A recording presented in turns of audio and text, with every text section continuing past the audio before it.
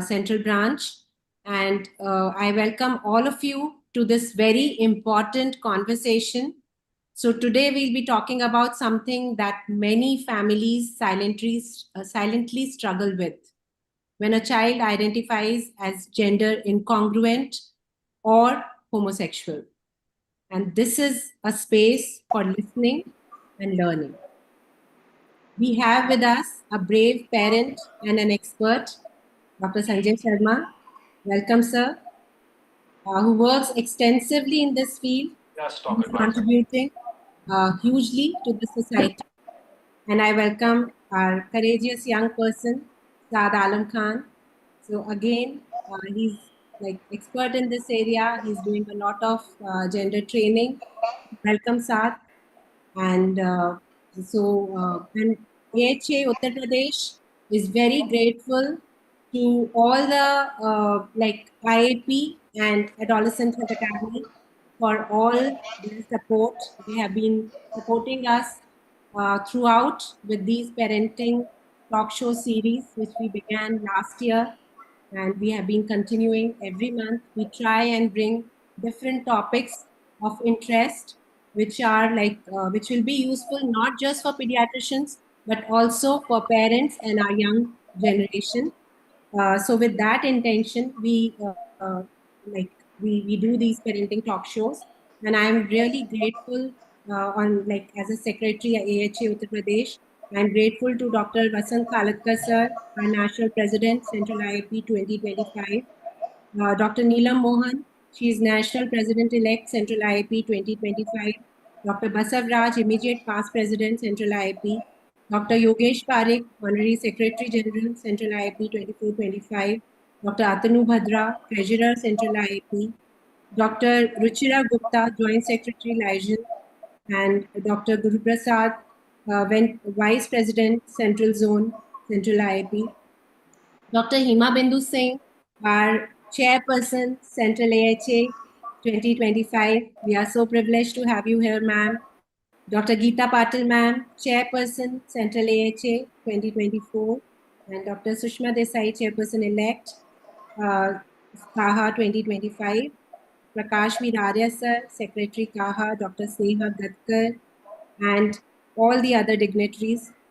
So I would begin by, and obviously, sir will be talking more. Dr. N.C. Prajapati is the host for today. We'll be talking more about him.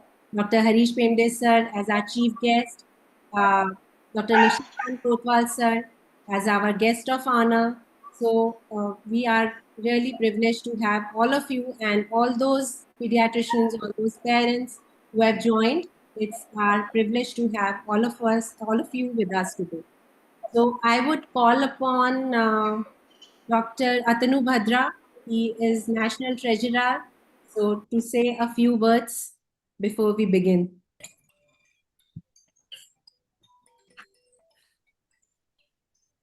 Sorry, yeah. Thank you, Dr. Ritu. And it's again Tuesday and time for the parenting series of webinars. It's really made a mark on the national platform. And I think we have a galaxy of experts today. And I thank UP-AHA for continuing with, it's easy to start, but it's difficult to continue and it's more difficult to keep the standards. So I think please continue with academic programs. We are eager to listen to the program. Thank you. Thank you so much, sir. And thank you for being present here. Thank you. Now I would invite Dr. Hima Bindu ma'am to say a few words. Thank you, Dr. Ritu. Again, I look forward, as I always say, for this UP-AHA programs. I always call Uttam Pradesh. You're almost you're number one of the most vibrant branches. You compete with Chhattisgarh, and we have very few branches are so vibrant. So, and I wish you all the best, Ritu, and the whole branch of AHA, UP. And I can see our mentor, our respected senior Dr. N.C. Prajapati sir, who has joined us, Nishikant Kotwal sir, who has joined us. Of course, Atanu Bhadra and Central IP leadership are always very supportive. And this initiative what you're taking up, especially this today's topic is so important, is very sensitive, but a bold topic. And AHA, you're in alignment with the Central AHA, who has taken up all bold topics for this year during the Silver Jubilee year. So we have taken up sexual wellness as a priority area, along with mental and metabolic wellness.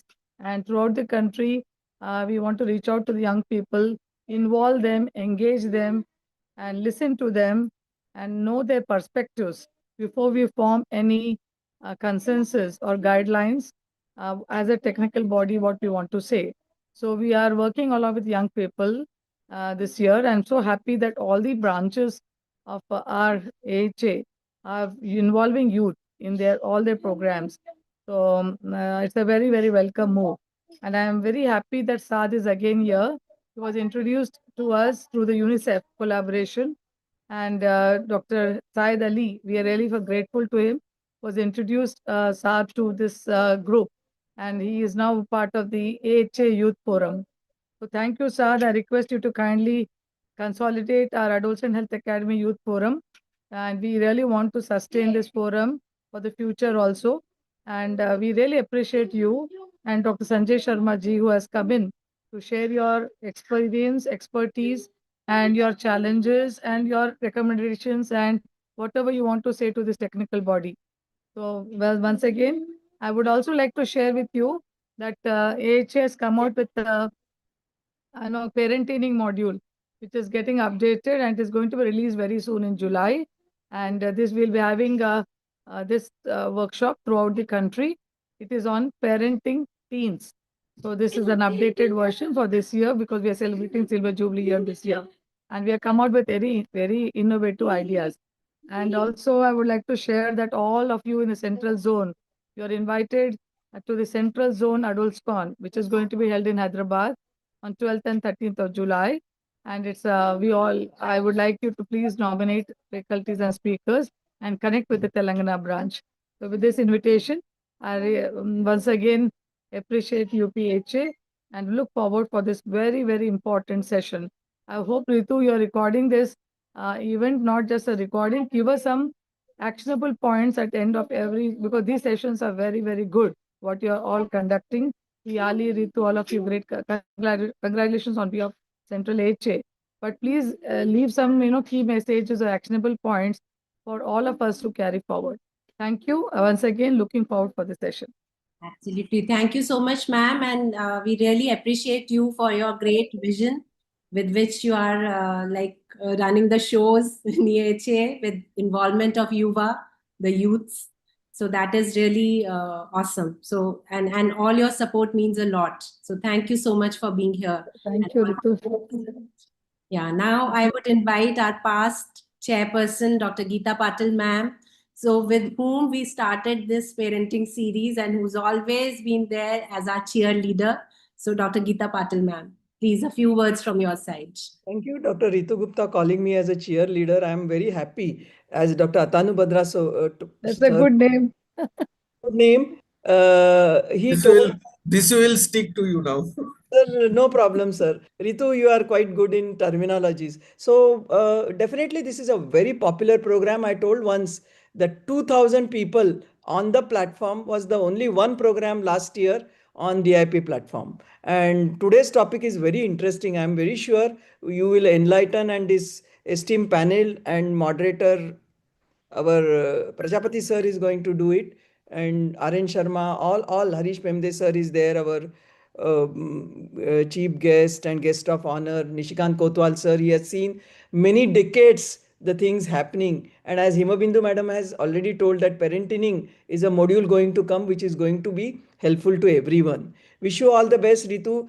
We are always looking forward for your blogs as well as this your parenting programs. I never miss it, because it's not that just to be present to bless you, to understand certain things, because certain new things are there in this. What we routinely talk is not here.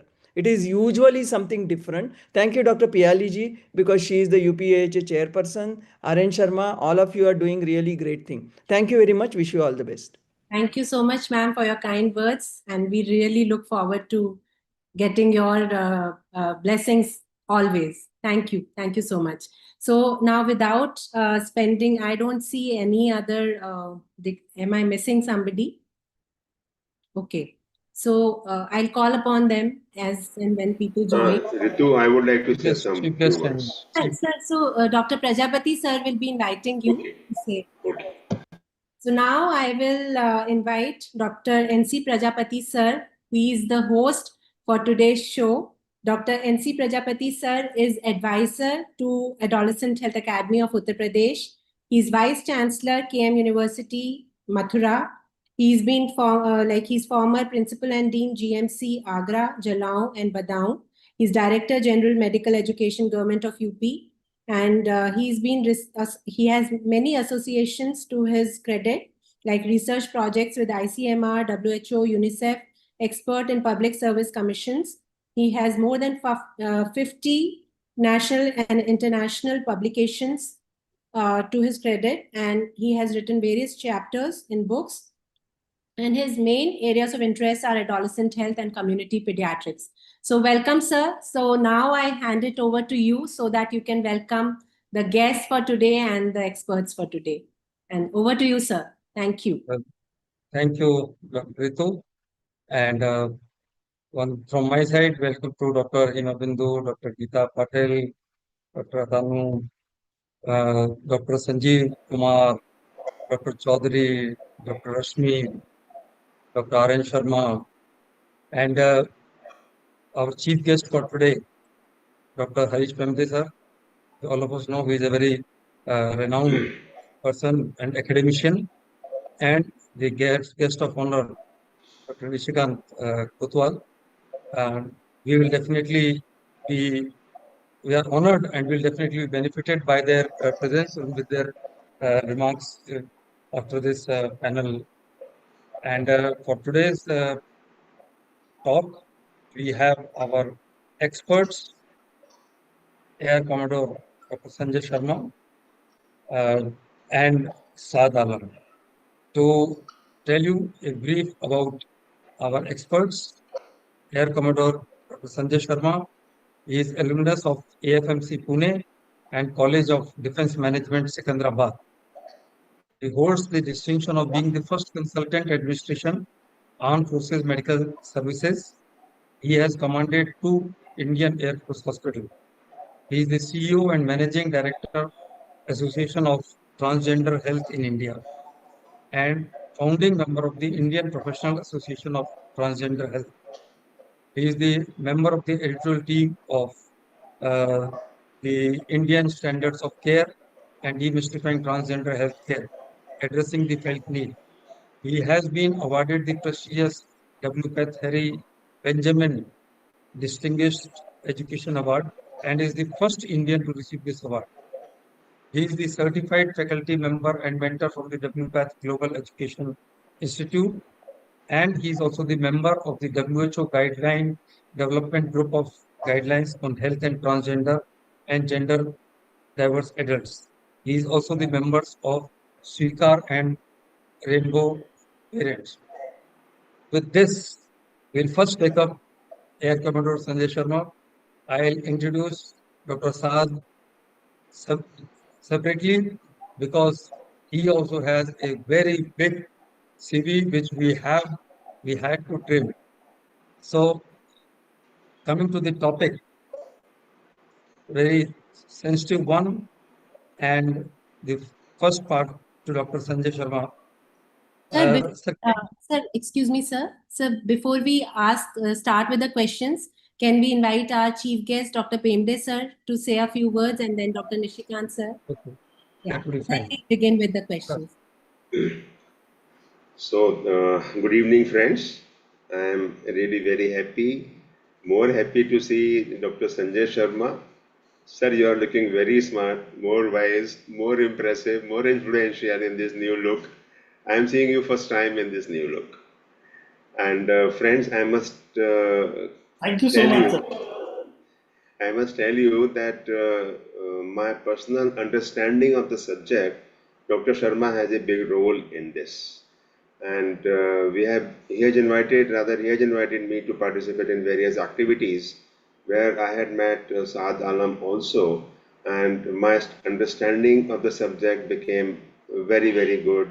May not be very good as per their standard, but I improved myself with their by participating in those events, and it had such great impression on me that Dr. R.N. Sharma is here, that led to AHA having its own guidelines, kind of a statement published in Indian Pediatrics in 2022.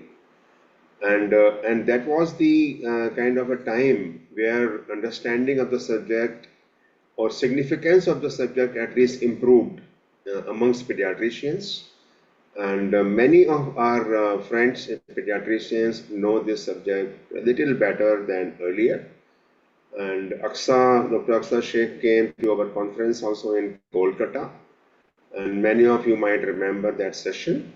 And since then, it is upward trend for understanding this rather complicated topic for those who are going through it first time or maybe for first few times. But Dr. Sharma makes this topic so easy for everyone to understand. That is wonderful. And I remember Dr. Sharma not as a doctor alone or a teacher alone, but he has been through this journey. He's an activist also for these issues. And friends, whatever regulatory and legal environment we see today in India, he is behind that legal environment, those acts and government guidelines and government initiatives which are there. And I remember meeting him in one of the meeting in the NACO also, where I pleaded that yes, we should do something for gender identity issues in children. And he might remember that the chief of NACO, I think that he probably could not understand well that children also have this problem. I'm not saying a problem, but this issue is there amongst children also. So he just postponed the issue, saying that he will talk to Dr. Paul and then will come back. That time has never come. But taking clue from that also, I decided that we must take this issue further with pediatrician, and that guideline in 2022 was the result of that thinking only. So friends, today is the time to understand this topic also means in a much better way. And I always say that this is the duty of pediatrician to recognize this and to help the child and the family. And pediatricians cannot be away from this responsibility. We have been away from this responsibility by not recognizing them and thinking that this appears after childhood is over. This is not true at all. These things are very much visible, very much evident before puberty begins. And that is the field of pediatricians. There is no doubt in that. And for adolescent physicians, those who have a special interest in adolescent, this is a very, very important topic to understand, because to understand the family which is going through the problems because of their understanding or lack of understanding of the subject. Parents undergo through lots of issues when they have a child who has some gender identity issues. And I find no person is better than Dr. Sanjay Sharma to discuss these things. I am eagerly awaiting Dr. Sanjay Sharma's talk today. Thank you very much, AHA UP, for inviting me. Sir, I want to just say that, Harish Yes. ji, I didn't see you, but I would like to really convey my regards and greetings to you. And Sanjay ji is still working in Secunderabad. Sir, I'm in Hyderabad, so I No, don't know how I missed him. he's in Delhi NCR. Oh, Proud of it. right. I'm based in Gurgaon, and I travel wherever people call me. So Okay. Right. Nice. Interactive. Over to you. Over to you, Sir Prajapati, sir. I think Nishikant sir is also. Can we have a few words from our guest of honor, Dr. Nishikant Kotwal, sir? Honorable Vice Chancellor Prajapati sir, my friend Dr. Harish Pemde, Piyali Bhattacharya, Ritu Gupta, Hima Bindu Madam Geeta, and Sharma, Dr. Sharma, and all Atanu Badra and everybody who is on the dais today or on the screen today. Air Commodore Dr. Satish Sharma. This is first time that I am seeing somebody who knows this problem, face this problem, seeing this problem and helping the people with this problem. And I'm happy to see a young face also with us on this problem. Yesterday only myself and Dr. Geeta Patil were talking with Gen Z, and what they said is that we are very open in saying that we face this problem. Gone are the days when we used to think that these people are queer. This is a behavioral problem and it has nothing to do with the biological problem. So we previously, long back, the only thing was only one gender which is given at the birth. Okay, so gender identity and sexual identity, where people used to think that they are same and they cannot be different, and if they are different, it is perversion. So those days I'm happy, but the most important thing why this happiness has come is because of research. Truly, scientists have come out with the reason that this is not a problem of behavior, not a problem which has acquired, but it is an inherent problems. It is like getting a cold, and same thing had happened with the psychiatric problem also. People used to think that they are more acquired and psychiatric problems and never had biochemical changes. So there were labels which were pasted on these. I would like to quote here that we have a textbook of adolescent medicine, and one of the author who has written on this particular topic of gender identity, sexual identity is here. That is Dr. Harish Pemde. The chapter has been authored by him, and you know who had talked about the theory behind all this is none other than M.K.C. Nair. So the chapters which are already there in the I'm very happy that we are now accepting not as an is as a medical deviation, okay, and what is happening normally. So the body and the soul we are trying to understand much better, and my best wishes for wonderful discussion, and I'm very sure it would be because NC Prajapati's Dr. Satish and Saad is there. Thank you very much. Thank you very much, sir. And before we move, let me also introduce Dr. Saad Alam. A lot has been talked about him by Dr. Pemde, sir. Dr. Saad Alam Khan, he's a 25-year-old queer Muslim social change maker working at the intersection of youth empowerment and inclusive health systems. His advocacy for the sexual and reproductive health rights began with his lived experience as a queer young person navigating the healthcare system in India. He brings extensive experience from his time at UNFPA India, where he advanced adolescents and youth health program like RKSK and social health and wellness program under Ayushman Bharat. He has trained medical officers across India on gender sensitive and right based and developed intersectionally informed modules for diverse youth population. He led UNFPA India's first youth advisory group. He played a key role in G20 events, Health of Young, Wealth of Nation, by facilitating regional consultation and shaping policy recommendations for LGBTQ plus youth inclusion. He is a good speaker, recognized nationally for his storytelling, thought relationship, leadership. He has honored, he was honored as one of the 12 in million change makers by the Youth Ke Poll for his sustained impact on the youth right ecosystem. Above all, Saad remains a dedicated person to build a future where no young person, regardless of gender, ability, or identity, is left behind in assessing the care, dignity, and right they deserve. So he actually had a big CV of 4 pages in very small font, and trimming it down was really difficult. So we begin our talk show, and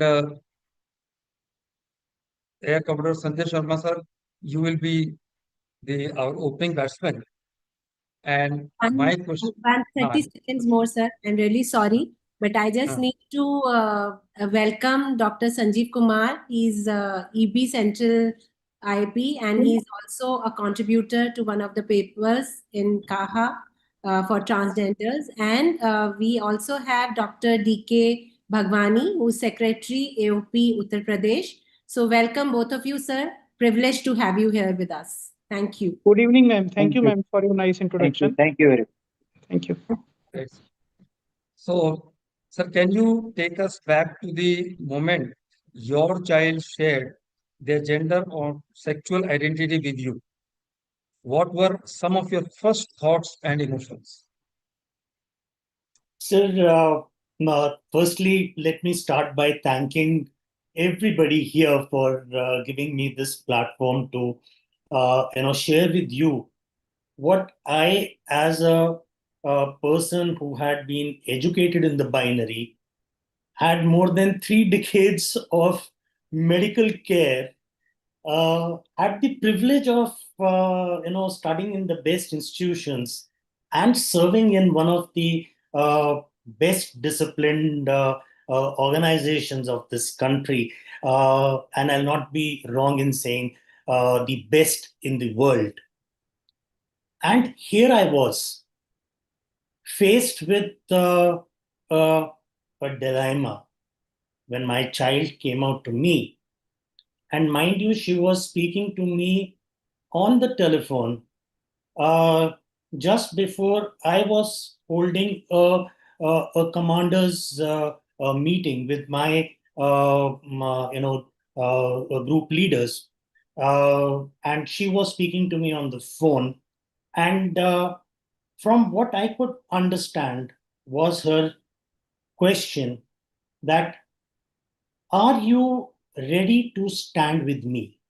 Firstly, will you throw me out, and will I need to fend for myself on my own? Do you love me? Or will I meet the same fate as the majority of diverse individuals who are visible? Will I have to resort to selling myself to sustain? And it was at that moment that I had to make this important decision of getting off from my high horse and accepting my child for what they were saying, to listen to the narrative and to accept it. I had to be ready to open my mind, to unlearn whatever had been taught to me till this phone conversation, where my child was asking me that what is going to be their fate. They were also asking me that what was the position that I was going to take as a parent. They were also asking me that what was the accommodation that I had made or had ensured that society does to help children who have been brought into this world through by parents. And these were the questions which really got me going. And Dr. Prajapati, it's very difficult to explain this emotion unless one has undergone this thing themselves. So it is not a simple answer that I could have given you, but I knew one thing, that it is going to be acceptance first, and understanding will follow. I need to stand with my child. And that's what I did. That's really great, sir. But there must have been some phases of denial or some fear, Yes, and some disturbance. that takes me back to the importance of how we do our medical education. Because here, as a parent, I needed to stand with my child. But that professional inside me was looking at my training, which was entirely binary, where I had never seen a person who was out uh, or who was ready to state their orientation or identity and approach me for care. So yes, there was confusion. I will very honestly agree that there were not things that were correct that I did. Not till that time that this phone call that I am talking about. You're also asking me that did you not make out before this thing happened? And that unasked question was always there because when I was raising my child, and when I was seeing the narrative that I had not accepted, and that narrative which had gone into the closet, when I had heard about the issues that my child was facing in school, when I had, heard or seen my child with tattoos all over their body, with 100 scars of self harm, I had seen all that. But did I, make that effort of understanding or accepting? Maybe not. Maybe I am guilty of that issue of not seeing what was right in front of me because I was not trained to look at it. Because till that moment, I had not hit my rock bottom to say that where do we stand? Those questions had not come to me. Uh, were there challenges in the family? Yes, there were very many, Dr. Prajapati. It's not easy for one to be, battling the society, battling the family, battling the neighbors. It is not an easy journey. But then, what I want to do in this webinar is to ask you, the parent, ask you, the professional, ask you, the ally, ask you, the expert, to take a moment and just be ready to unlearn.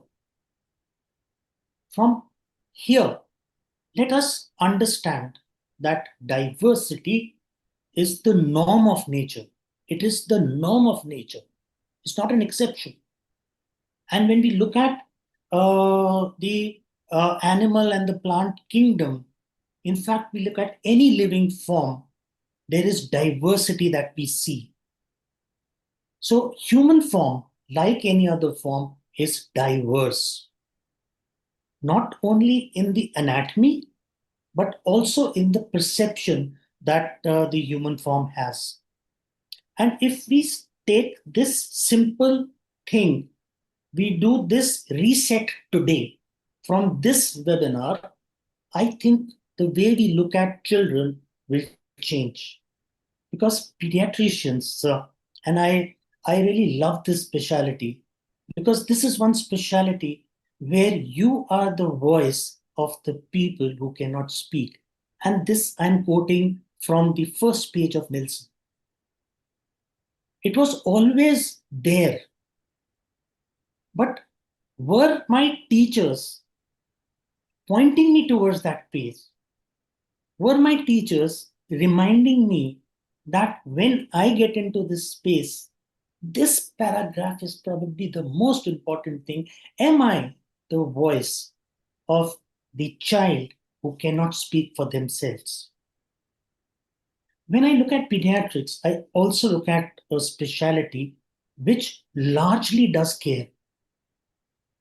Largely does care. The C of the care is compassion. The A is accommodation and acceptance of the narrative which is being presented by the child. The R is the resetting that I do when I listen to the child's narrative. I listen to the parent's narrative. And then I provide care to this person who is there in front of me, whose voice is me. That responsibility is with me. And E is the execution that I do of this care. So pediatrics and pediatricians, rightfully, Dr. Pende, when you said that pediatricians need to really understand this subject, I will go a step further. Pediatricians need to take ownership of the subject, because it is only we who have been trained in pediatrics know that how does development happen.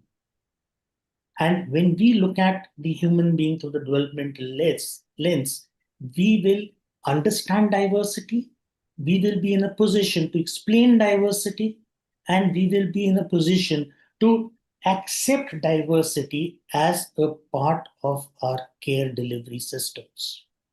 I'm sorry for taking such a long, giving a long-winded answer. I thought that this is the most important.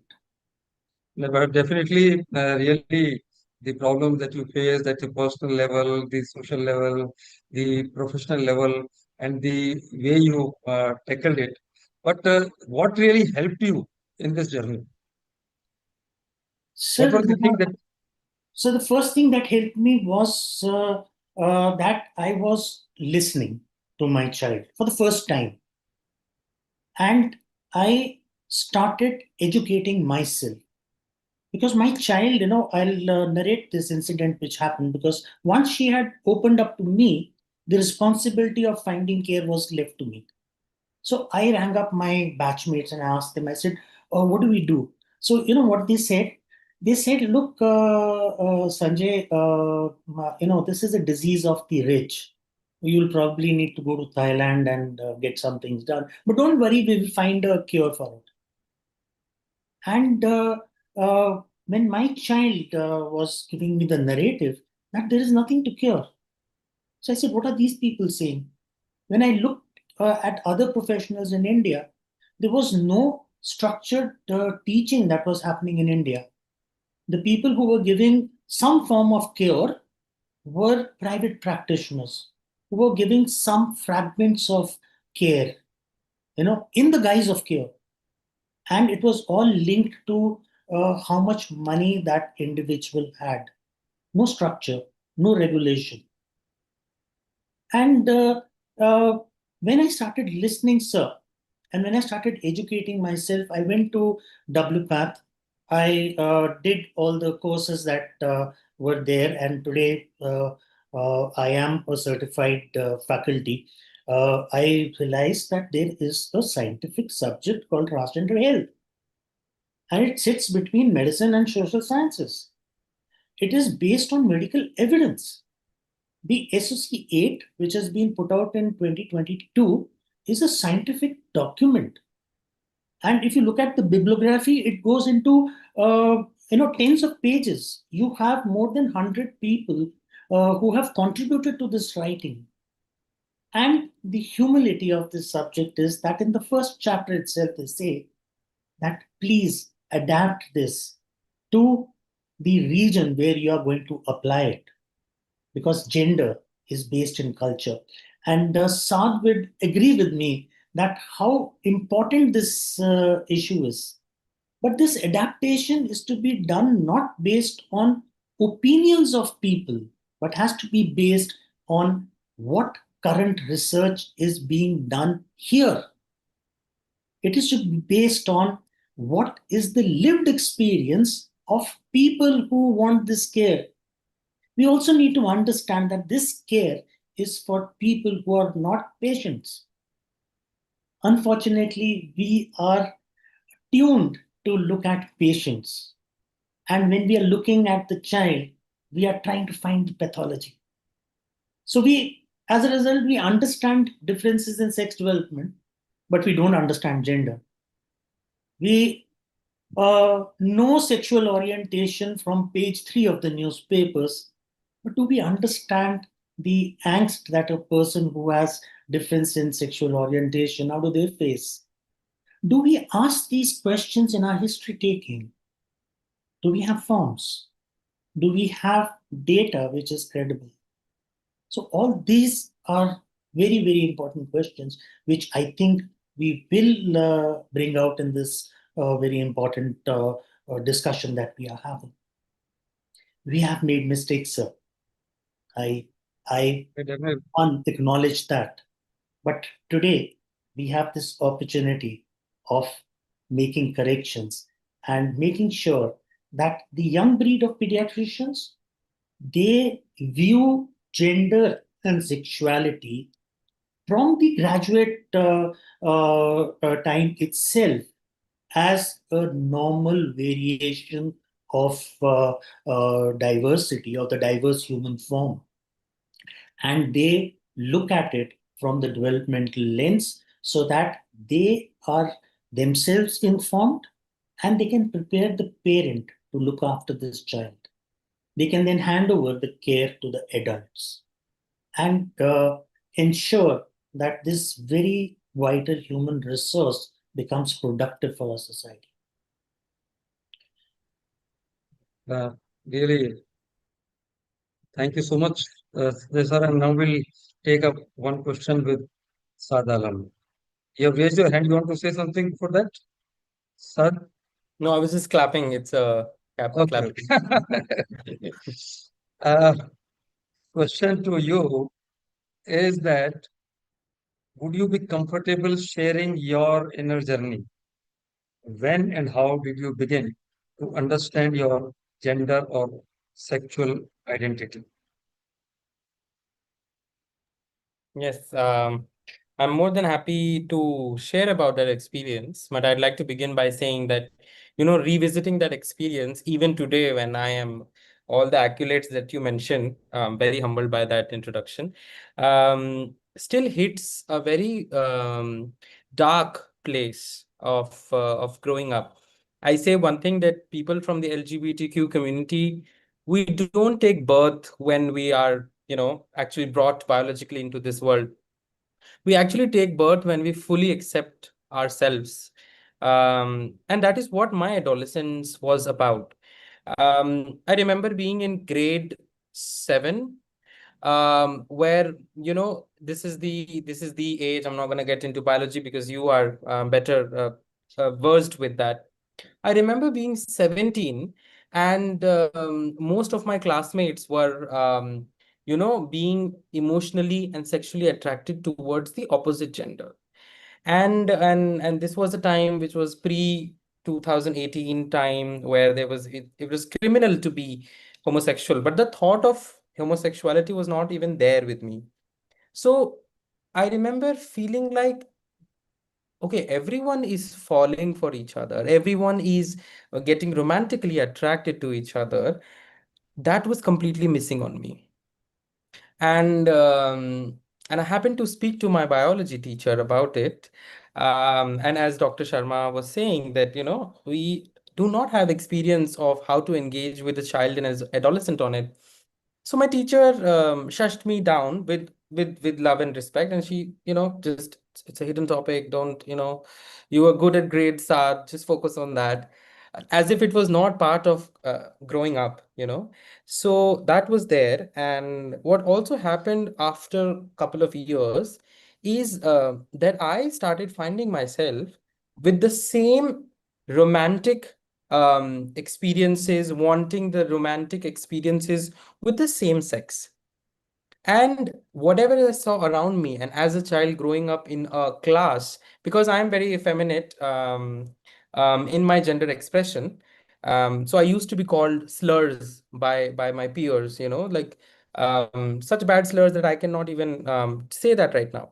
So when you grow in that environment, you feel like I felt like that there is something definitely wrong with me, because what is happening in general and very openly and celebrated. Oh, you're a boy, you have a girlfriend at the age of 17. That's a celebration in a classroom.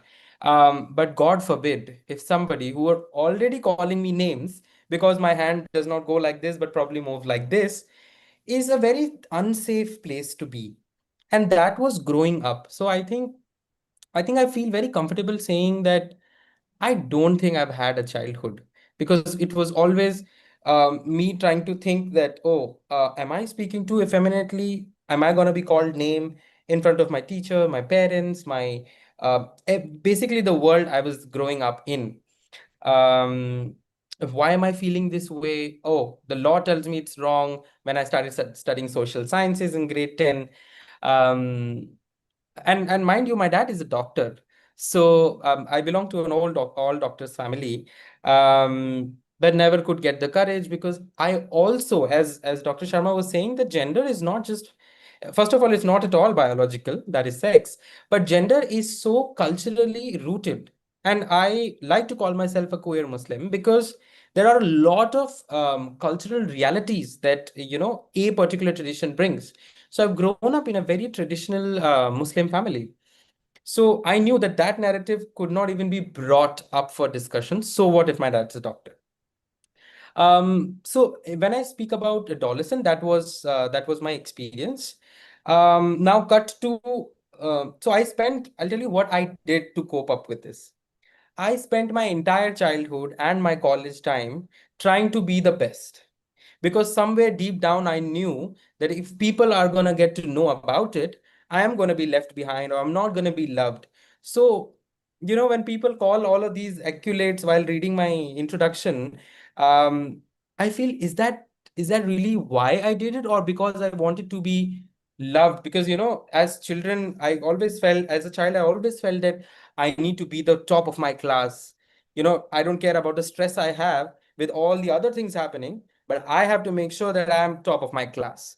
I have to make sure I score the highest. I have to make sure that I do all possible internships in my college time. And that is a lot of pressure while already trying to ignore what's happening around. Um, and given we paint a particular picture, I also like to mention it not as a complaint, because I've forgiven my parents, but I faced a lot of physical and mental violence by my peers, my biological peers, my biological parents and siblings. And at the age of 21, I remember it was second wave of COVID. I had it. I could not take more of the violence. I did not know what was I was still in my final year of college, and I just could not take it. So I walked up to my biological father and I told that whatever conversation you need to have. At that time, I wanted to grow my hair. Whatever conversation you need to have, please speak to me. Let's talk about it in words. Um, but that did not work out, and I was actually I had to part ways with my family, not by choice. And that is when I realized that there is no point of my existence and my work and hard work and all of that until and unless I cannot live as the person I am, and I cannot just ignore it. It's not just one part of me, it is all of me, and it's my existence. And then so on and so forth, I started accepting myself, I started connecting with peers, and by that time the abrogation of section 377 also happened. That gave me some relief that, okay, you know what, I'm not going to be a criminal at least. So that was the luxury. Not being a criminal for who you were born as was a luxury. Apart from the parents' experiences, I also wish to mention the role that peers play. And I remember my best friend, and I always talk about her. When I was being bullied for being, effeminate or moving my hands like that or whatever, she was the first person in my entire life who stood up for me. And she had no idea about LGBTQ. Heck, even I didn't. I was in grade 11. And she just said it. I don't know what is right or wrong, but I know that he's my friend and he deserves love and respect. And I think that was a first, safe space. So the role that we, not only as parents, because parents cannot be everywhere, right? But the role an adolescent and a child is getting in a comprehensive growing up environment, right? From teachers, the friends, the people I'm hanging out with, the social media interactions I'm having these days. So when I look back, I say that, people say, Saad, you're very strong, you built your life and all of that. But I look back at the life of that 16-year-old Saad, and sometimes I wish I could have been able to be weak and vulnerable and not wanting to stay alive all the time. So yeah, I hope that answers the question. I went into story. Think, you really struggled a lot. But what were your strength at that time when you were struggling? I'm sorry? What were your strengths when you were struggling with your biological parents and other things, and manhandle and all those the torture that which you faced? And what were your main strengths which kept you on your track? I think recently my Somebody therapist. who helped you. I think recently my therapist told me, Saad, you have to start giving yourself more credit also. So every human deals with different situations in a different way. And I say that with a heavy heart because I have lost some of my peers to who've ended their lives. And while I remember them, I think a huge part of what helped me came from a couple of things. One was primarily the first instance of love, receiving love. It doesn't matter where it comes from. It was my English teacher who saw me but never talked about it, but always made sure that she was there for me when something like a bullying or something happened. We LGBTQ young people are so scarced of love that the first instance of love in any form, right or wrong sometimes, becomes the strength point. So one was my some of my peers, my best friend Samriddhi. If you're watching this on YouTube, she was my strength. My professors, all those people who did not have technical information on it, but knew that, hey, that's a human being who deserve love, and it's not hard to give love. That really helped me. I'd like to also mention an instance when I was thrown out of my family. I went to Rajasthan. I got a job because finding a home was a luxury, and I needed to get a job for that. I was working with Piramal Foundation for Rural Education Development, and my Ghar Ka Kambala Didi from Chidava block, Jhunjhunu district, Rajasthan, who has never gone to school, saw me in a sari. Today I was just too tired. Saw me in a sari and she said, भैया मुझे समझ में नहीं आ रहा कि थारकन दाढ़ी और साड़ी कहीं है पहने हैं. मैंने बोला दीदी आप एक बात बताओ, आप क्यों पहनते हो साड़ी? उन्होंने बोला मुझे पसंद है. मैंने बोला दीदी बस मुझे भी पसंद है. And after that was all that's all technical information that I gave her. And the next time whenever I wore sari, she made sure that she does an aarti for me, and she gives me love. And then we started engaging in conversations about my life with my family and all the differences. So I think nothing, no law, no technical information, nothing but an ounce of love, acceptance, safety helps me. So that's one major part of it. But I think, as I said, every human deals with situations very differently. And this is something I never say, but I'd like to give myself also credit because I never gave up. But that could have been a quality as an individual. But yeah, I also never gave up. I was like, I am probably chosen for this because of a reason. So that was also something that helped, and focusing on my skills no matter what. I was doing 4 jobs at once and a full-time college, and I I've never said this on a panel, but as I was reflecting, I'm like, yeah, a lot of it was also internal resilience. So yeah, external and internal love, respect, and resilience. Sir, I can't hold myself back. So I must, really, I'm acknowledging and so much I am in awe of you, Saad. So, and what I hear is unconditional love, acceptance, and your resilience. That is what pulled you through. Yeah, that's really, really awesome. Thank you. Thank you. Sir, I you are also can't hold young. myself. So Yes, sir. I'm going to say one thing, it is like being, we all know that dogs see the world in black and white, but human beings see color. And when we see this rainbow, the day we orient ourselves to listen to the narrative, you see love and you see resilient people. And that is another thing that I want the professionals to know, that it is not the percentage of people who attempt self-harm, which is more than 40 times that of cis people.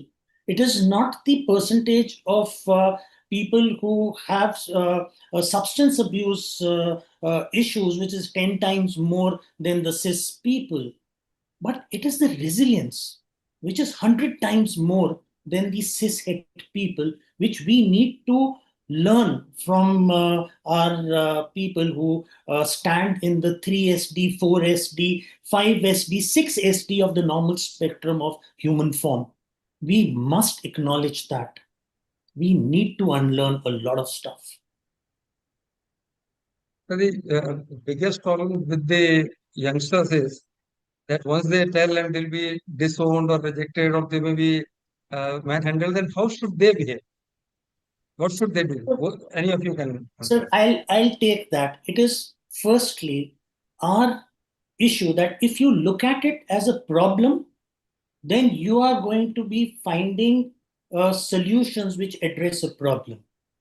But if you stop doing that and you look at it as a issue which needs to be addressed by the majority, it is the majority who need to make space for the minority, then, and it is only then that we will be able to start giving care.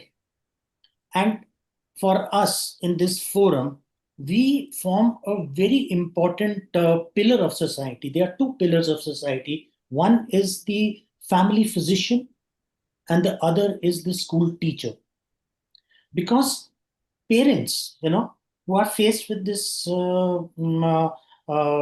person who's giving a different narrative, first approach these two knowledgeable people and just see, sir, if the pediatrician doesn't know or gives duff gin to the parent, and tells them, which happened to me, they said that Dr. Sab, spend some time at home. I was in the forge. So they said, spend some time at home, your child is rebelling. When they give wrong information, then there is chaos. When the teachers, instead of looking at the psychosexual development of the child, which is happening in school, in the educational institutes, talk only about academic achievements and ignore the angst.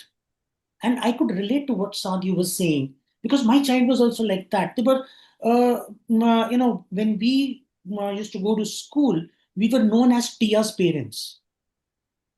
But what was happening to my daughter in school, which was known to the teachers and never addressed, is something which caused so much of damage, so much of mental ill health, that this child had to be put under medication. And this medication was not needed. But this medication was given by people who were trained in the binary and were looking for problem, looking for disease to be cured. So the most important thing is to remove this word problem with the diversity, to attach the human rights to be to this issue, to look at people and persons, not as people who are, uh, I am going to use a word which may trigger people, as freaks. They are normal people. We need to look. We need to throw this word problem out. We need to understand that here it is very important that we focus on well being. Once we focus on well being, health will happen. Once we focus on care, whatever thing that requires cure will also happen. Because there may be conditions which come due to unmoderated behavior, and we have sexually transmitted illnesses which happens.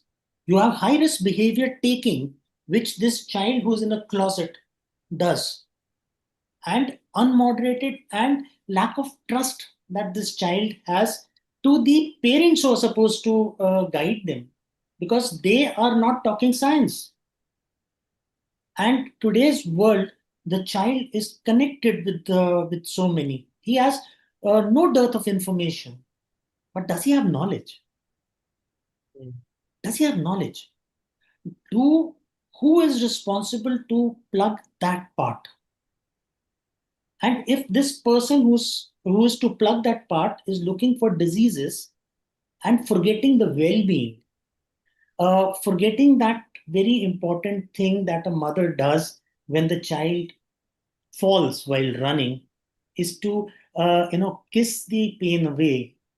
If that thing is not done, then no amount of analgesics helps.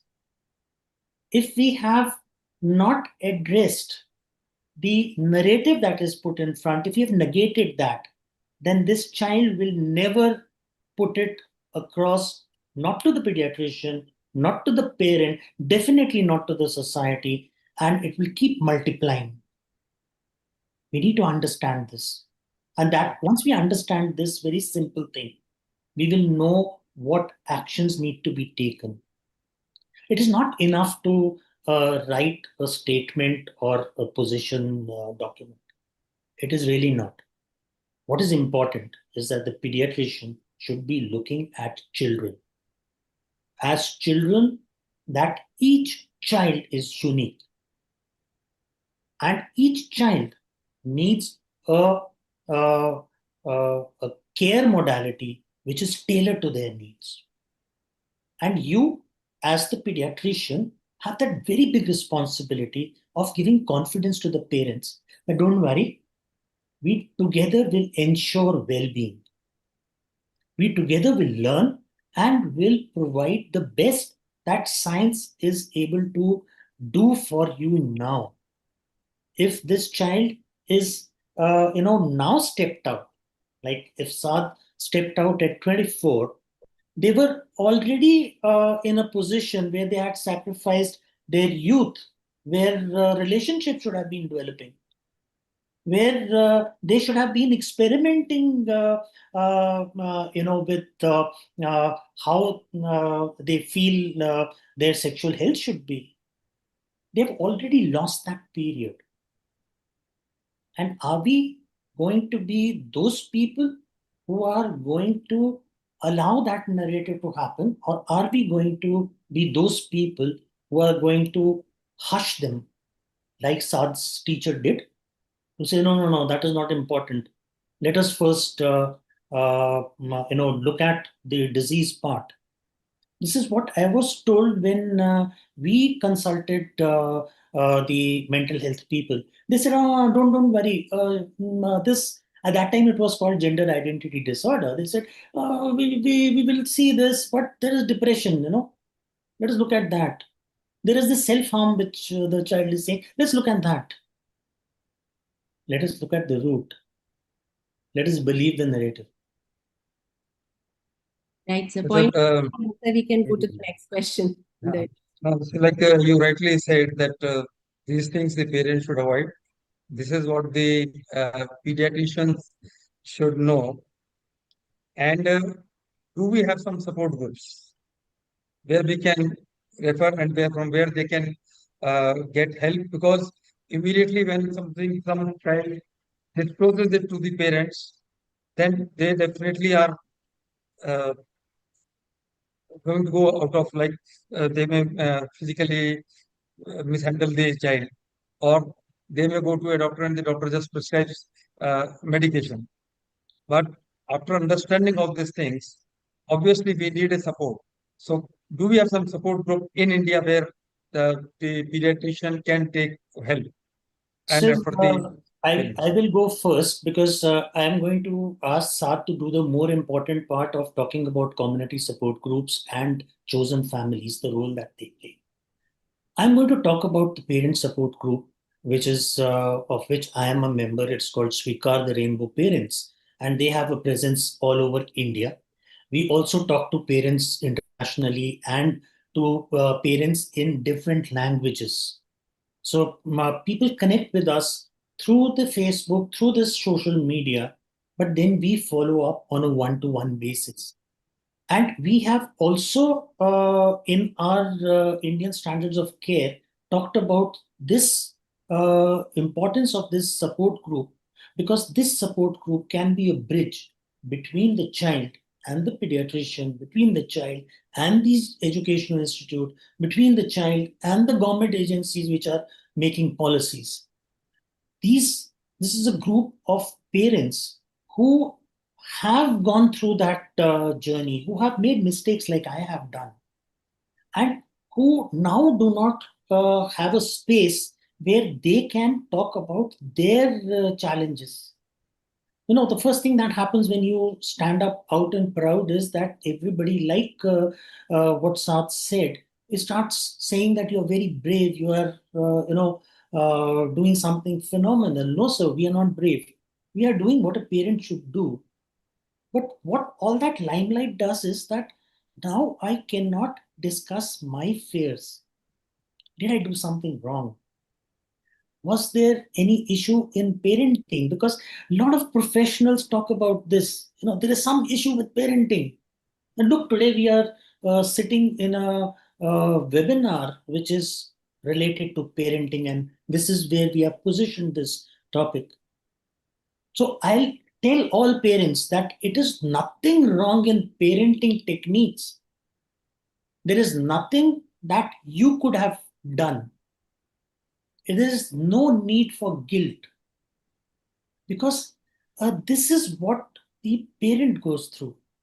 And once they are in this battle where the care providers have less knowledge, where the government is had schemes which are on paper, and you have a child, and this is the real situation where my present is at threat. I get a ear from a person who's been through this journey. When I speak to a parent and I say, don't worry, I know you love your child, you may have hit him, but that is in the past. Let's try to navigate this thing. You know, you may be a male who feels that I need to protect my child. We tell them that, look, the children are of you. They are not your mirrors that you put to the society. They are not somebody who is an individual who has to behave as you tell them. They are not your report card for the society. They are human beings who will make their own society, own decisions. They have the best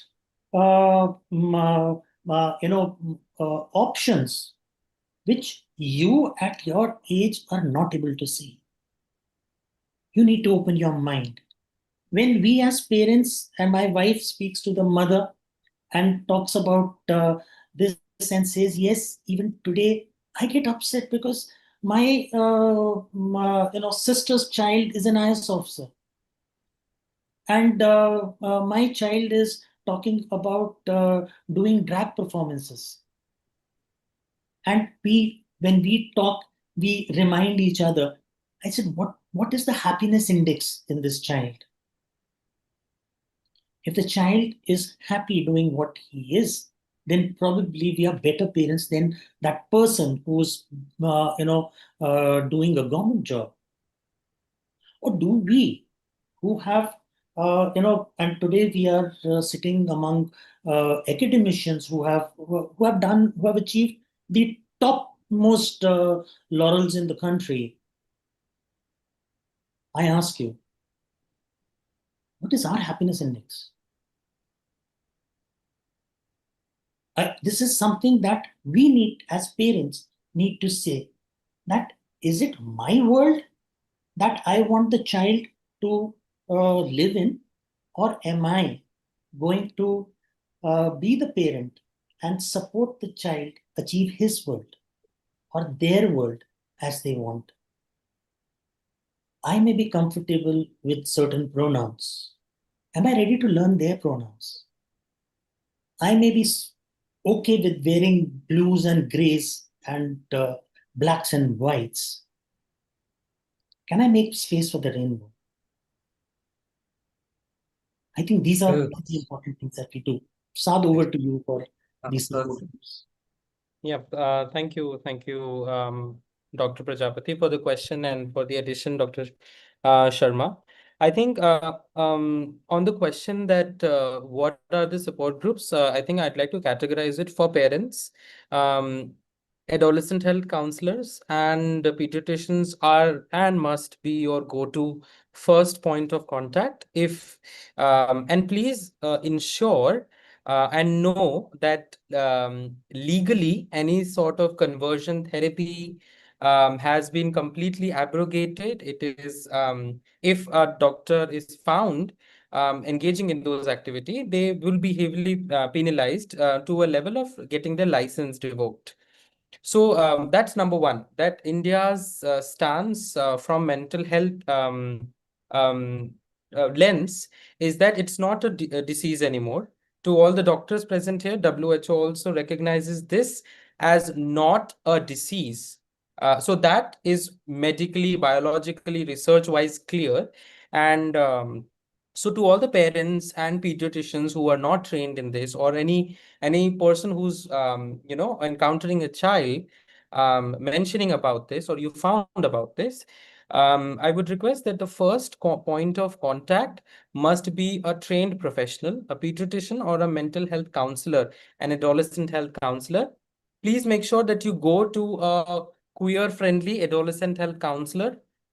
You can find them in the on the websites of some of the LGBTQ networks and organizations. Some which are on top of my mind are Humsafar Trust, NAS Foundation is doing a lot of work on that. As Dr. Sanjay Sharma is saying that, Rainbow Parents is doing a lot of work on that. And there are a lot of community platforms that are doing a lot of work on engaging with parents. So it doesn't matter if you are a counselor, a parent, or a pediatrician. There's always time to learn more and beyond. Having said that, I invite everyone to imagine a world. When people ask me very interesting question that I get like almost every day, is Sad, and it's with such innocent curiosity that I get this question. People are like, Sad, when did you realize you were homosexual?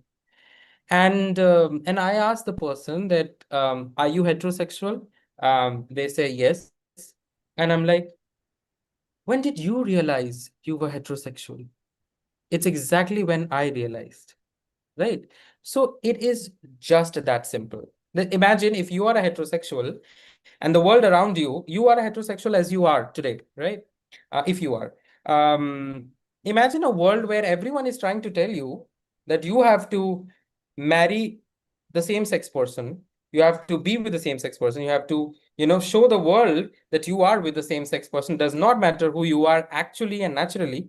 Imagine how would you feel as a child, as someone accessing those services. I remember I was 22 when I faced sexual health issue. It's got to do with sexually transmitted infections. So I saw some signs of syphilis, and because I was, engaging with all of these work that I was doing, I went to an STI clinic. I'm not going to name the hospital, it's a government facility. And the person registering the entries, asked me that the first thing he said that was, what's your age? मतलब क्या उम्र है आपकी? And I said 21. And they said, अभी से ये सब करने लग गए. So it doesn't matter where you acquired and what from, because the diagnosis was not even done. But right at the entry gate, the experience point is abhi se ye karne lage. So you're already a criminal. Doesn't matter the diagnostics. And the nurses, when engaging in more questions about it, I had to inform that, I engage with the same sex, relation.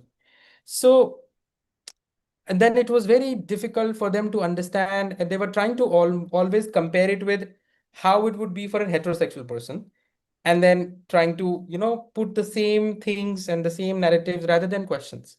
So another key takeaway is that, as I am not different from any heterosexual person on a human sexuality spectrum, someone is heterosexual, someone is homosexual, someone is asexual, just like someone is black, white, brown, disabled, abled, and that's it. That is just it.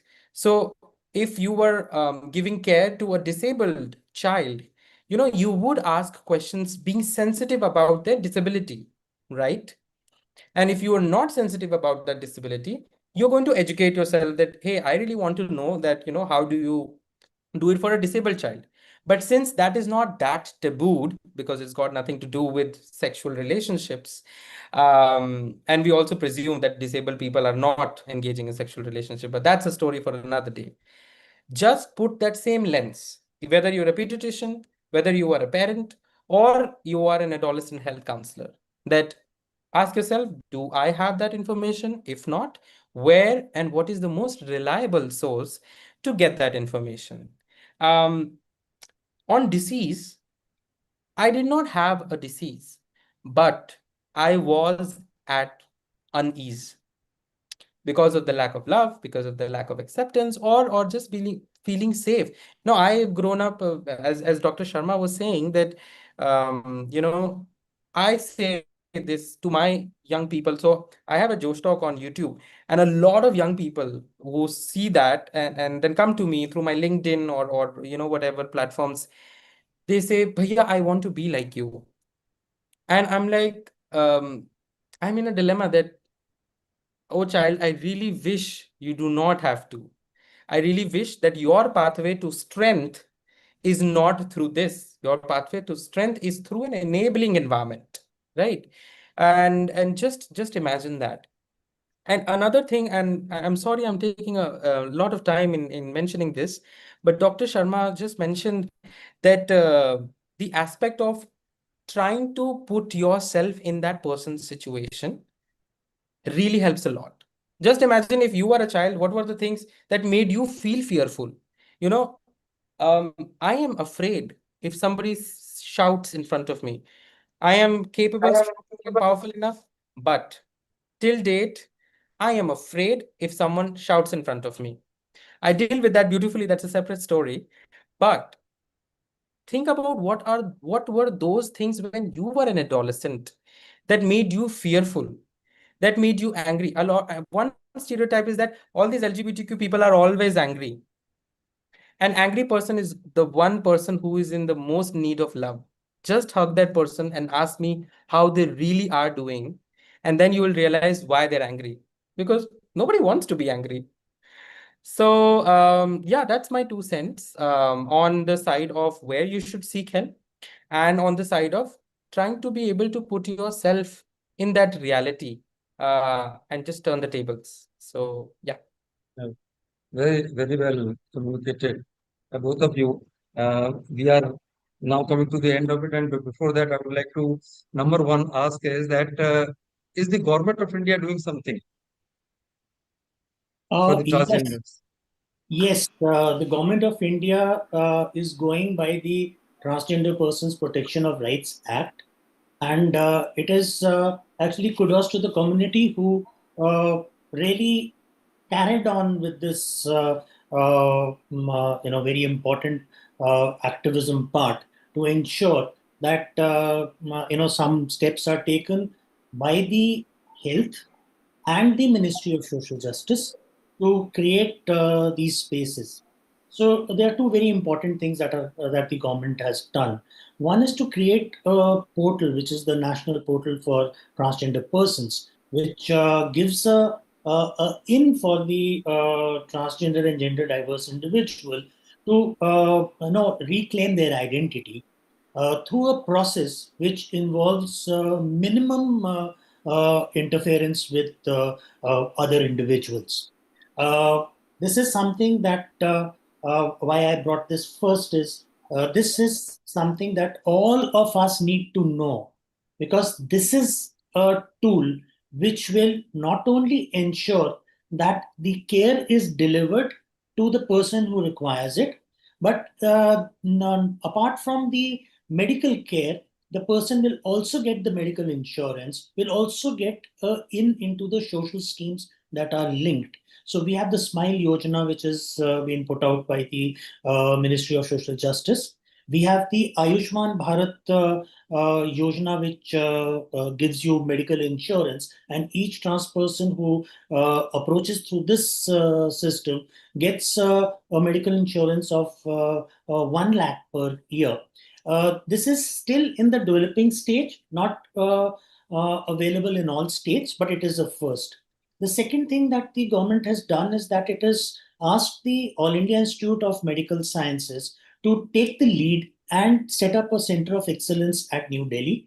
And as late as 7th of May, there was a meeting where all the regional centers have been now instructed to start a structured training program. And they are also looking at professional agencies like the Indian Professional Association for Transgender Health and also the World Professional Association for Transgender Health to start delivering care based on the standards of care that have been put out.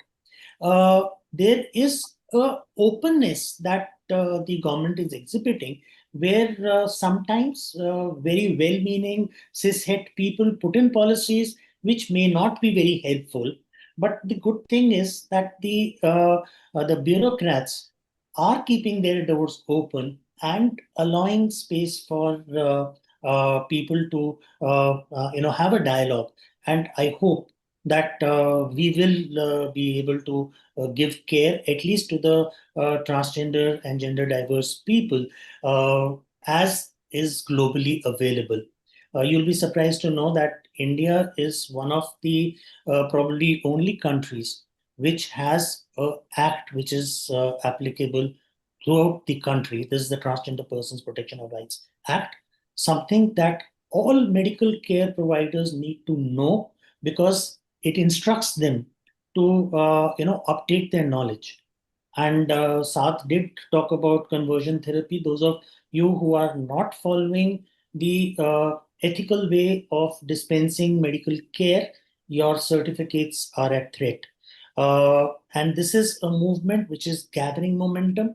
It is high time that all of us need to learn. This is again being stressed by the Government of India.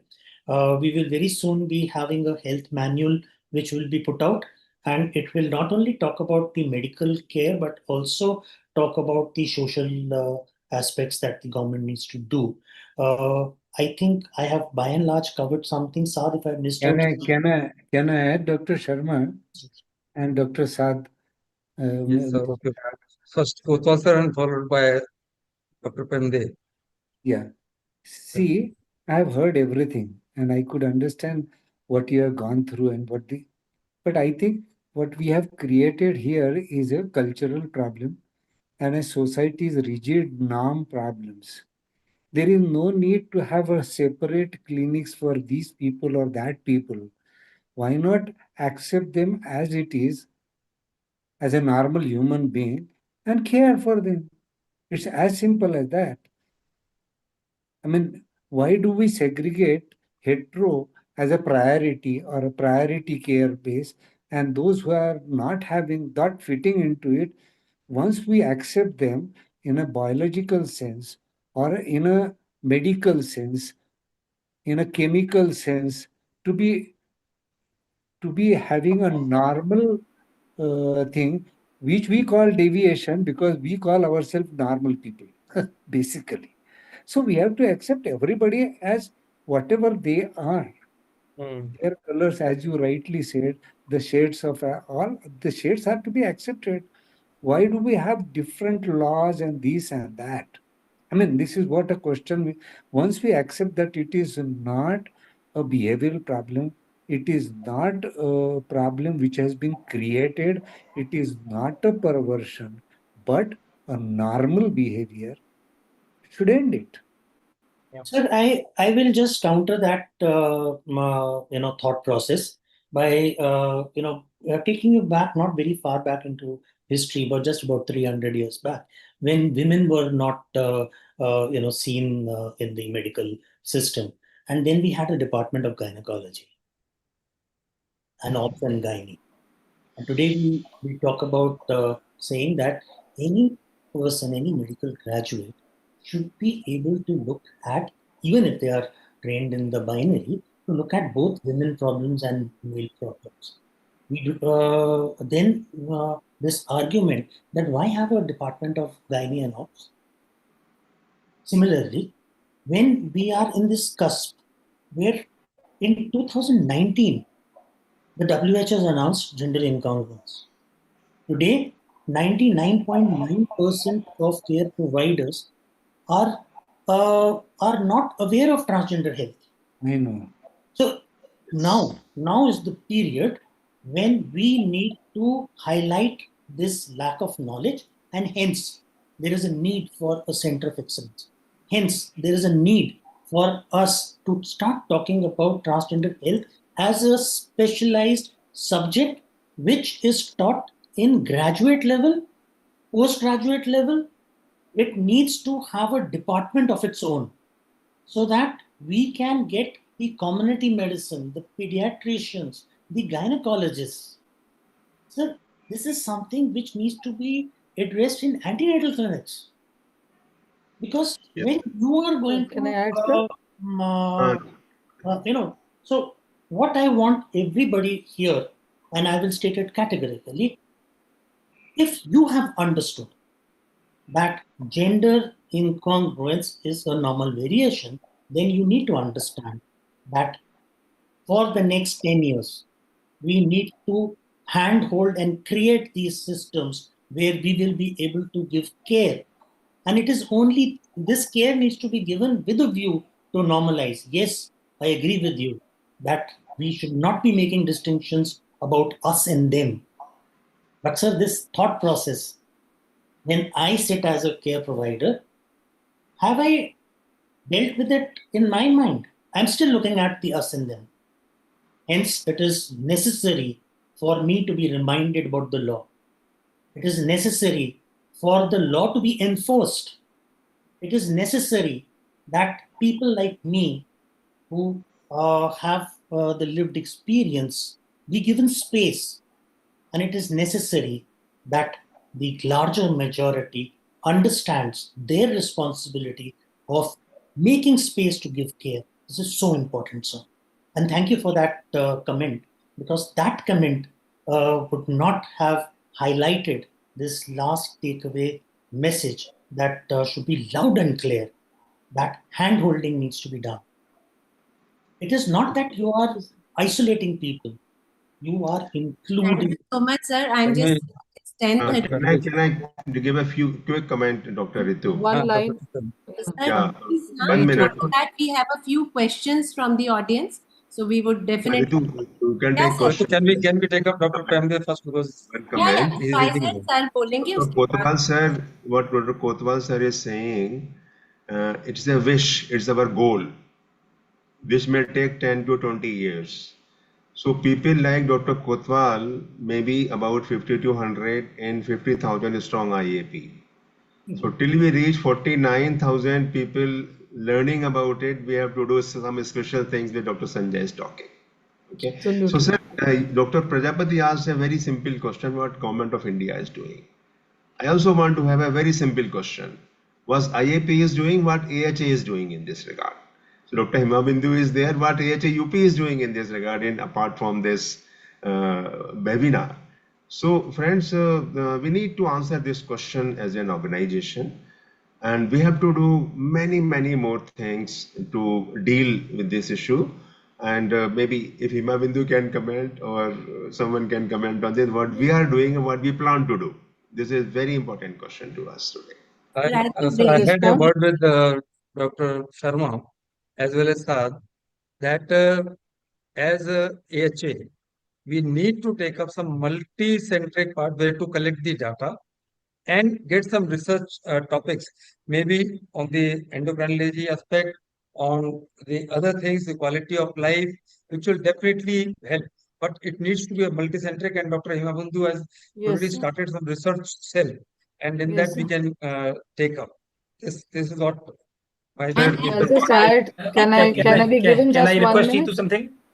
Sir, what I feel, first of all, we need to change our attitude. Right. We need to learn about it. We need to understand what has been dealt with today, what Dr. Sharma, Dr. Kotwal is saying. This is a normal process, a kind of a variation of normality which we are dealing in pediatrics.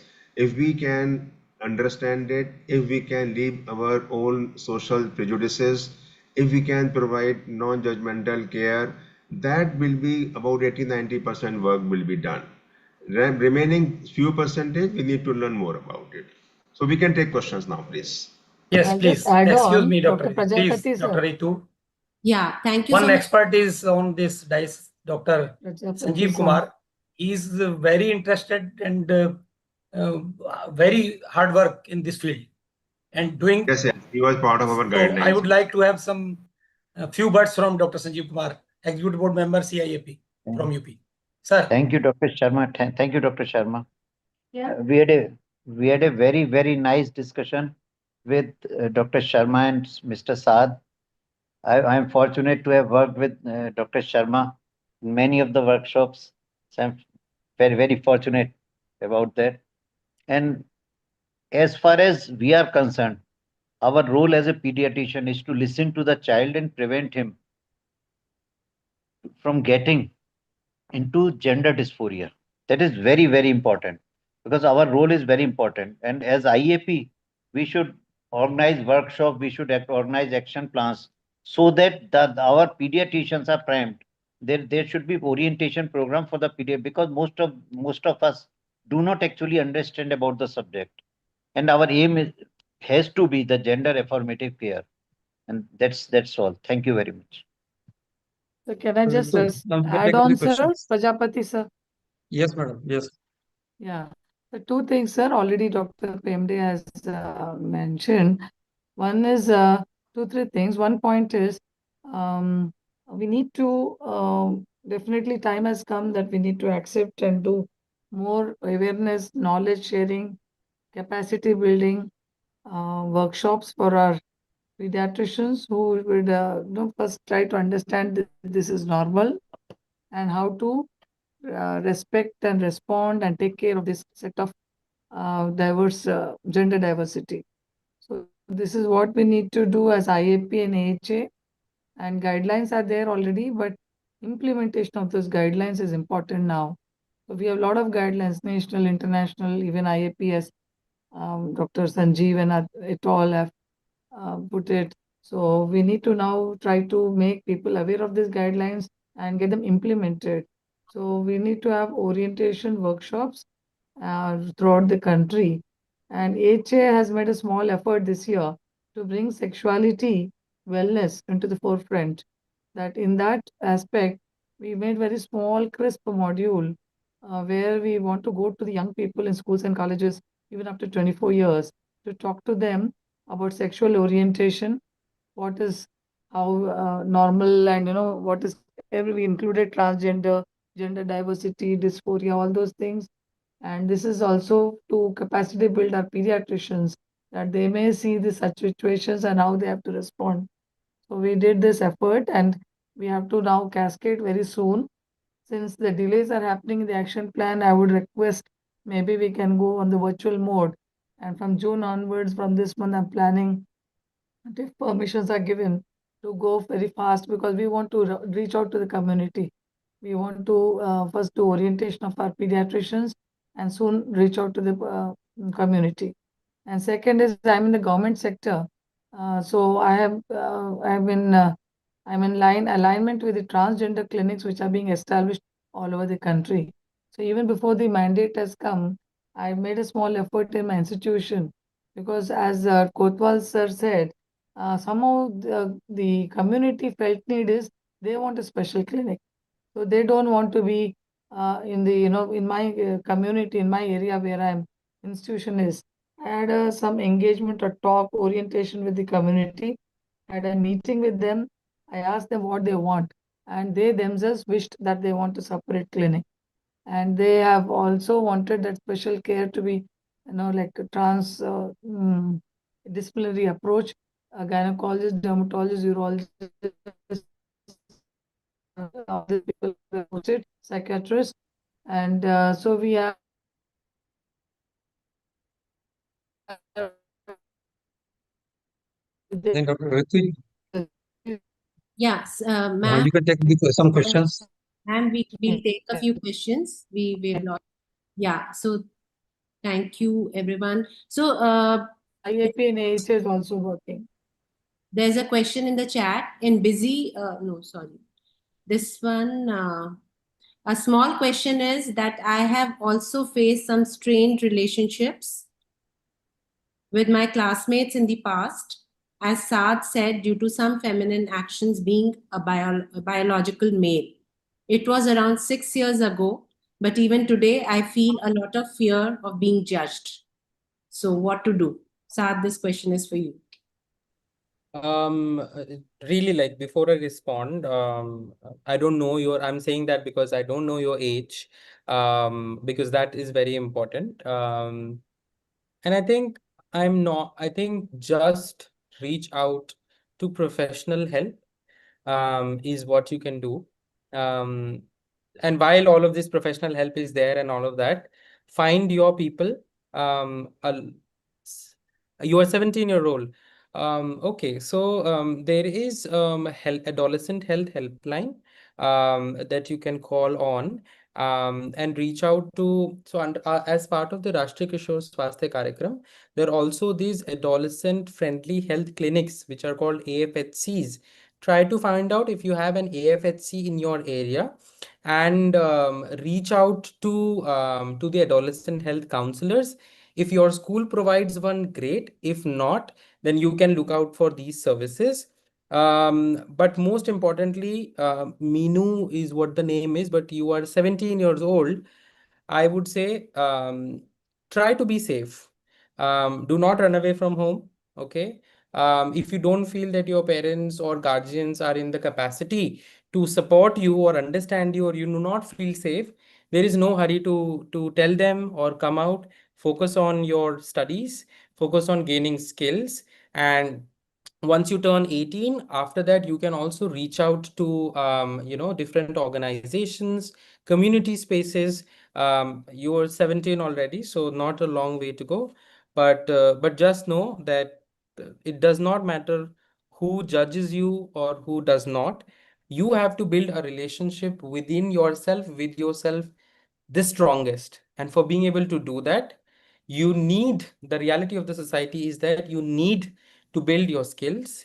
You need to surround yourself with people who can love you and respect you, doesn't matter where they come from.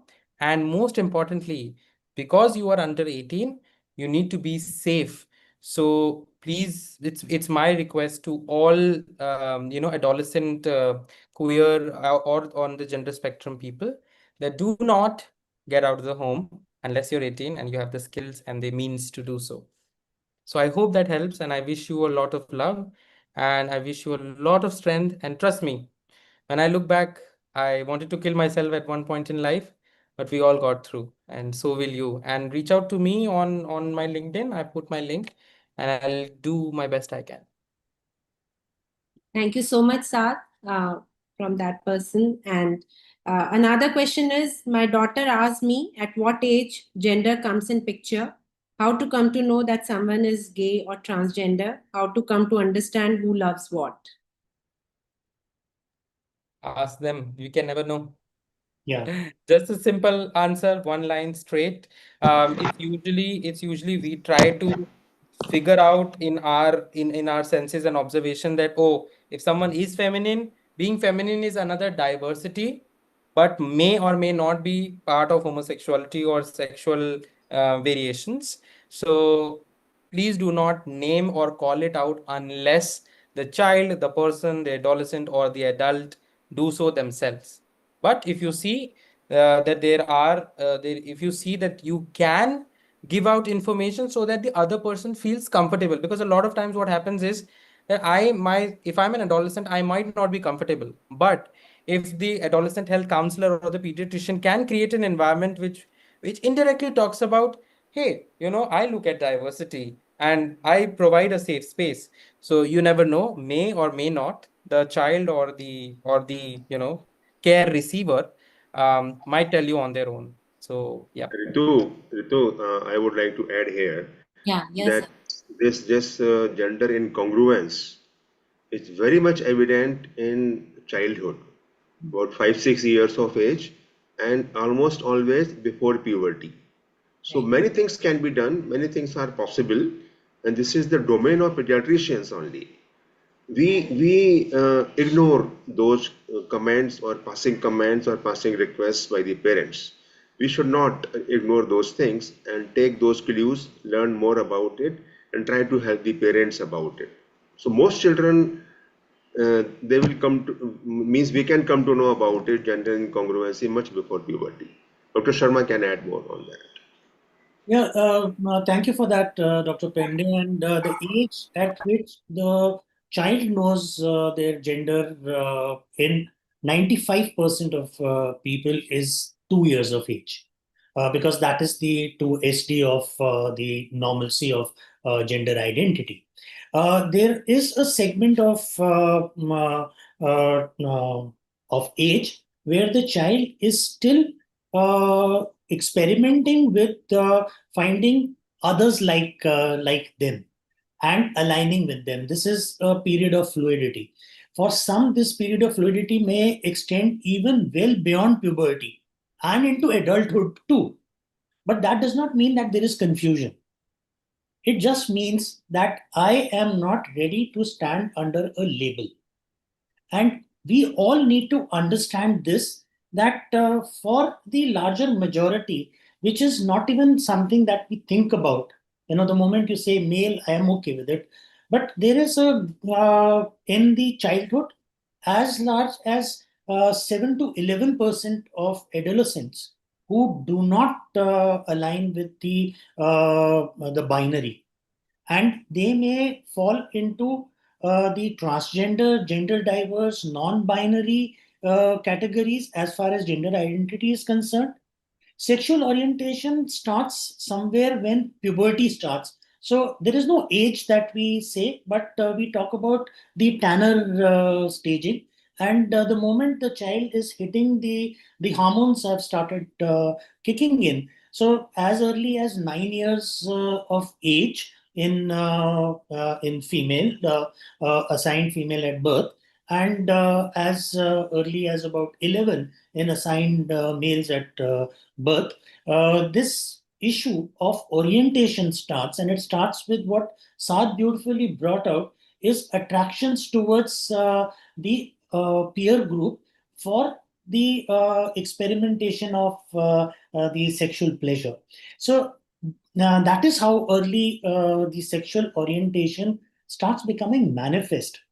But where exactly this is going to start, none of us know. For the pediatricians, what is most important is that look at gender and sexuality as anything that you see in a child. Just as you monitor their height, their other milestones, monitor the psychosexual social milestones that the child is exhibiting. Accept the narrative, make space for the narrative. So in your practice, you put stuff which the child will identify with. Just as you have pink colored toys for dolls for girls, you have some rainbow stuff or some gender neutral stuff that is there. You have literature that is available, and you yourself, we see a lot of pediatricians have these fluffy toys on their stethoscopes. You have some rainbows on you. You today, Pemde sir and me, we have and Saad have displayed our pronouns. There is a meaning to that, because that indicates that yes, we are ready to accept what is going to be given to us. Start doing these things, and you need to give confidence to people who are young that there is nothing wrong with you. You are as normal as I am. Your narrative is as important as mine is. And Saad, for bringing this out, that we need to convey to the child that you may fight with your mother, you may fight with your father, but nobody is going to be in that position where once they understand, the catch is this, once they understand, then if they are standing with you, you can fight rest of the world. And believe you me, where and that is the importance of family. Sometimes that family may not be your natal family. And hence comes the importance of your chosen family. People who give you unconditional love, they are not related to you by your genes, but they give you unconditional love. This is also a family which needs to be respected. And for the pediatricians, the Transgender Persons Protection of Rights, when it talks about families, talks about parents and guardians. And also for information of all medical care providers, that in our country, we cannot deny affirmative care irrespective of the age of the person who's asking for it. Please be very clear on this. This part of care is only for after 18. That is absolutely wrong. In our country, it says that if you are a minor, then get the guardian or the parent to be part of the affirmative care team. Make them a part of the team. Make them understand. It is your responsibility to make the parent understand. And don't we do this when we offer vaccination? And vaccination is most of the times given by an injection. No child is ready to take a vaccine if you ask them, do you want this prick? I say, I don't want an injection. But then we talk to them, we talk to the parents. And so many times we have parents who say, this is all useless. My Babaji doesn't believe in vaccines. Don't we talk to them? Create that environment where teamwork is done. You are the pediatrician. And more importantly, the medical student who's listening to this webinar, please see the science. Don't be afraid to question your professors and forgive them. They have been taught in the binary. It is you who are going to be creating this medical environment which will give care to the entire spectrum, the minority as well as the majority. Just very quick comment, Dr. Ritu, for pediatricians. Pediatrician, if they can do just one thing, that they recognize and prepare the parents to continue to love the child. This is the word for the child, and rest of the figure the child will figure out when the child grows up. So prepare the parents to continue to accept and love the child. That is the most important thing which pediatricians can do. And Dr. Sharma, I think he will agree with me. This is the word for their child that family should love.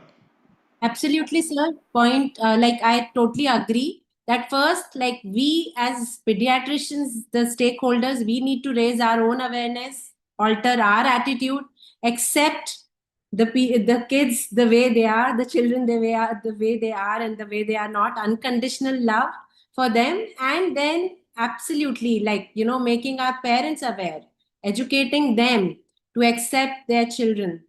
And it's so beautifully said by Dr. Sharma that diversity is the law of nature, and different colors of rainbow, so each one is unique, and we need to accept them all.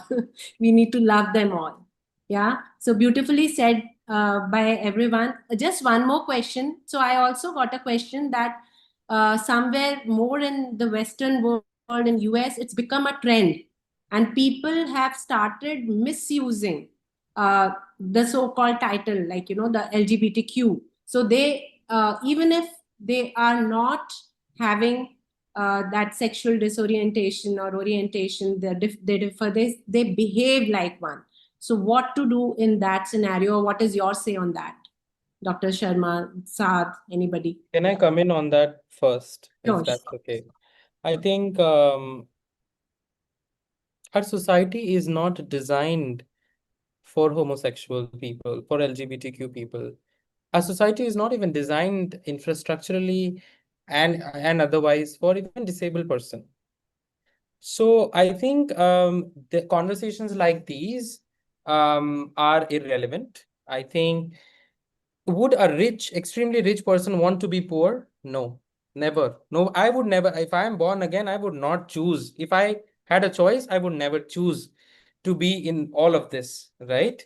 Hence, it just clarifies that no one will choose. Now, coming to the point of someone is misusing that identity or leveraging on that, there are multiple identities that people misuse and leverage on, and professions that people misuse on, leverage on.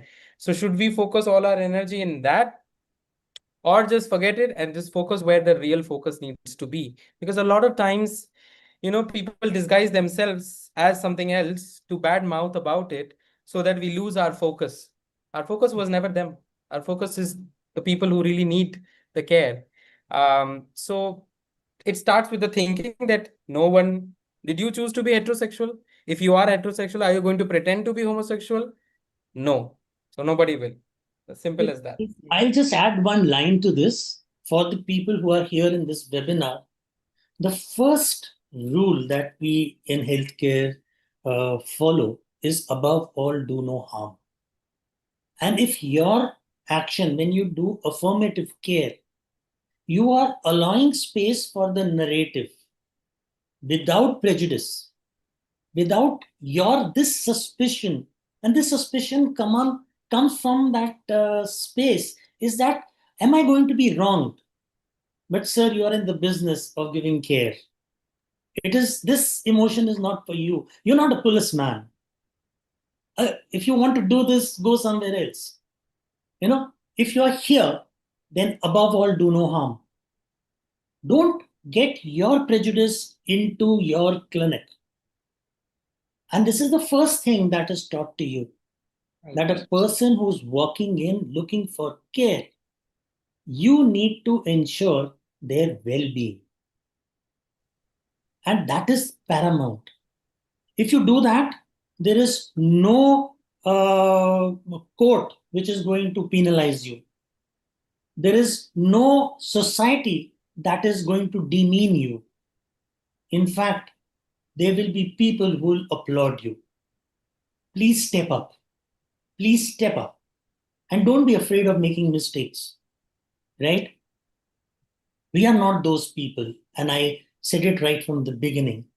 We are the people who make changes in the present of society. We have the privilege of looking at care for people who make the society. It is this beautiful subset of adolescents and young adults who are going to shape the society, which is going to look after old people like me. And if I am going to be suspicious of them, then tomorrow they will be suspicious of me. Would you face this same question being asked by that person, that should I care for you who never cared for me? Right. Above all, do no harm. Thank you. Thank you so much, sir. One last question. So somebody has asked that my 7.5-year-old son is asking me questions regarding this topic. Is this the right age to begin to? Yes, but give them information which is age appropriate. And pediatricians are taught that. Right? So please know that. Yeah, give age appropriate information and be ready to learn with them. give them a nugget of information, and then step back. See what prompted this question. See the source, and then give the knowledge. Right. Right. Allow space for the narrative. And we have parents also here. So I would like to just add that parents should first educate themselves, become aware themselves, and then they should talk to their children. Don't give them any misinformation. Don't misguide them. That is very important. So whenever parents are feeling helpless or not sure what to do, talk to your pediatrician, right? Right. Talk to me. Okay, so let's come, we have come to the end, and I thank all of you, most importantly, Dr. Sanjay Sharma and Saad, for being, bringing this honest conversation, very, very important, very much required, and for all your insights. We totally loved the conversation. Thank you so much for being here and accepting our invitation. Thank you, Prajapati sir, for hosting this session. Thank you so much. Thank you, Dr. Pende sir, Dr. Nishikant Kotwal sir, for being our guests. So your presence really added stars to our show. Thank you. Thank you, Dr. Geeta Patil ma'am, Dr. Hima Bindu ma'am. Your support, unwavering support, is always appreciated. Thank you, Dr. R.N. Sharma sir, our advisor. We have Dr. Rashmi is here, EB, Central Zone. Dr. Sanjeev, he was here throughout the session. Dr. Devendra Bhagwani was here throughout the session. Our own Dr. Nirmala Joshi is here. Dr. G.S. Chaudhary, EB, Central IAP. Thank you very much. So I thank each one of you, all the participants, all the audience, all the adolescents who were here, all the teens who were here, all the parents who were here, all the pediatricians who were here. Without you, this show had no meaning. So thank you for being here. Thank you for being part of this, and saying all of you a very good night from Adolescent Health Academy of Uttar Pradesh. And see you soon next month with some new topic, which is of importance to all of us as parents, as pediatricians, as the stakeholders.